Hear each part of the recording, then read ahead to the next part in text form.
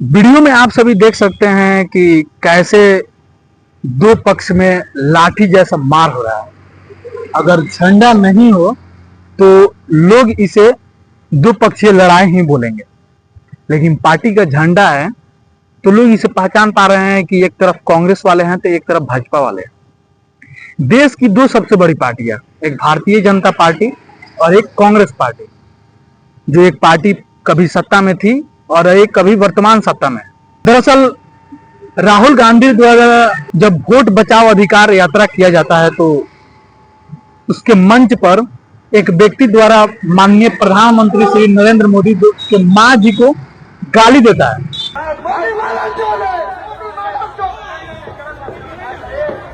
जो कि बहुत ही शर्मनाक है और ऐसा बिल्कुल भी नहीं होना चाहिए। लेकिन इसके बाद इस बात को इतना बड़ा मुद्दा बनाया जाता है और दंगा कराने का सोचते हैं, सिर्फ इसलिए क्योंकि जो राहुल गांधी और तेजस्वी यादव जी द्वारा जो यात्रा किया जा रहा है उस यात्रा को मीडिया में ना आने दिया जाए, आंशिक रूप से उसे दिखाया ना जाए, सिर्फ इसलिए। जाहिर सी बात है कि जो व्यक्ति जो नरेंद्र मोदी जी के मां को गाली दिया है उस व्यक्ति के ऊपर कानूनी कार्रवाई होना चाहिए, उसे जेल भेजना चाहिए, ना कि कांग्रेस कार्यालय के ऊपर लाठी और डंडे से वार होना चाहिए। बीते कुछ दिन पहले ही पूरे भारतीय जनता पार्टी के नेता जो है और कार्यकर्ता कांग्रेस पार्टी के कार्यालय पर डंडे से और खूब दोनों पक्षों में मारपीट भी होता है। यह डंडे से मारपीट सिर्फ इसलिए हो रहा है क्योंकि देश के प्रधानमंत्री को कोई व्यक्ति जो है मंच से गाली दे दिया है उनकी मां को।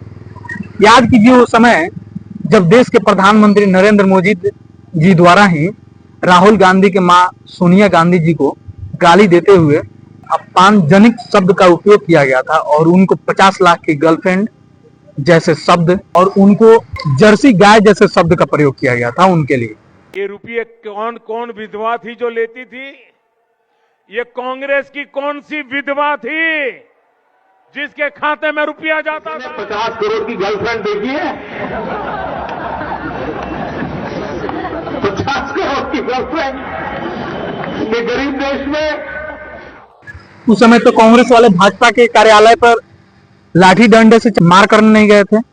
अरे वो सब बात छोड़िए, अभी बिहार के वर्तमान उप मुख्यमंत्री सम्राट चौधरी जी के पिताजी शक्ति चौधरी जी भी जब जदयू में थे तो उन्होंने एक भाषण दिया था भागलपुर में कि मोदी जी को भागलपुर के धरती पर ही गाड़ देंगे, ये उनका शब्द था। तब तो भाजपाई लाठी लेकर नहीं गए थे उनको मारने। मैं बिहार की जनता से कहना चाहता हूं, तमाम वर्गों से कहना चाहता हूं, आपकी ताकत खाली नरेंद्र मोदी के अगेंस्ट हो जाए, नरेंद्र मोदी को भागलपुर की धरती में ही गाड़ देंगे, कहीं बाहर नहीं निकलने देंगे, ये विश्वास दिलाते हैं। भाजपा के कार्यकर्ता और नेताओं को इतना ही शौक है लाठी चलाने का तो कांग्रेस के कार्यालय से कुछ ही दूरी पर आरजेडी का कार्यालय है, वहां काहे नहीं गए?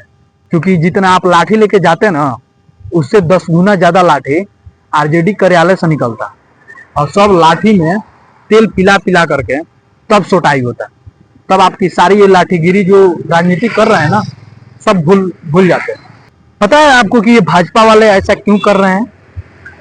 ये सिर्फ इसलिए कर रहे हैं क्योंकि इनके पास कोई मुद्दा नहीं है। ये यात्रा जो राहुल गांधी जी द्वारा किया जा रहा है उस यात्रा को दिखाने नहीं देना चाहते हैं, उसको दबा देना चाहते हैं। इनके पास कोई मुद्दा ही नहीं बचा हुआ है क्योंकि ये लोग काम करते नहीं है कुछ। क्योंकि इनके मंत्री मंगल पांडे जी हाल ही में जनता के द्वारा पटना में खदेड़े गए। श्रवण कुमार जी को भी जनता ने खूब खदेड़ा। जब भाजपाई मंत्री और विधायकों को लोग खदेड़ रहे हैं तो इनके पास कोई मुद्दा बचा हुआ नहीं है कि किस मुद्दे पर चर्चा करें, किस मुद्दे पर चुनाव में लोगों से वोट को मांगे। तो ये सिर्फ और सिर्फ हिंसात्मक मुद्दा को उठा रहे हैं और जनता के बीच नफरत फैलाना चाहते हैं। ताकि आप इस घटना के बारे में क्या सोचते हैं, क्या समझते हैं, अपनी प्रतिक्रिया कमेंट बॉक्स में जरूर बता सकते हैं। लेकिन एक बात जरूर करना चाहूंगा इन भाजपा वाले लोगों को और नेताओं को कि कभी गलती से भी आरजेडी के कार्यालय पर मत चल जाइएगा। तो जो भूत झाड़ा जाएगा ना जीवन भर के लिए लड़ाई वाला बुद्धि भूल जाइएगा। जय हिंद।